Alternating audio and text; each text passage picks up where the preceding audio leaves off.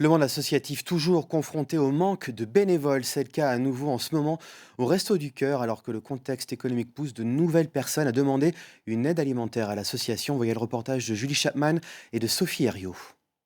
La file ne cesse de s'allonger, c'est le cas 3 après-midi par semaine. 350 familles sont inscrites sur les listes des Restos du Cœur Sainté. C'est 6% de plus que les années précédentes.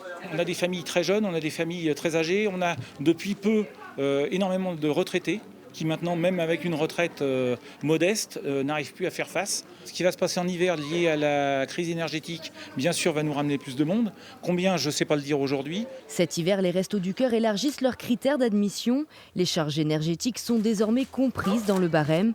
Un calcul pour intégrer de nouveaux foyers. Des mois, voilà. C'est bien, j'en fais plus d'oignons. Oui, ça vous convient comme ça? Ah oui. Les 900 bénévoles de Charente-Maritime le savent. Face à l'affluence hivernale, ils vont manquer de bras. 22 centres sont ouverts à l'année pour accompagner les familles dans leur démarche. À peine de quoi quadriller ce département très rural. Chez nous, en Charente-Maritime, on a des petits centres qui n'ont pas suffisamment de bénévoles. Et donc, nous sommes obligés d'amplifier dans les autres centres pour aider ces petits centres à faire une mutualisation. Plus on va augmenter, plus on aura besoin de bénévoles pour faire l'aide à la personne et pour de la distribution, bien sûr, alimentaire.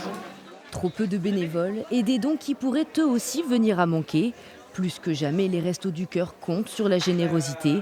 L'hiver dernier, les bénévoles ont préparé et fourni plus de 540 000 repas. Au choix.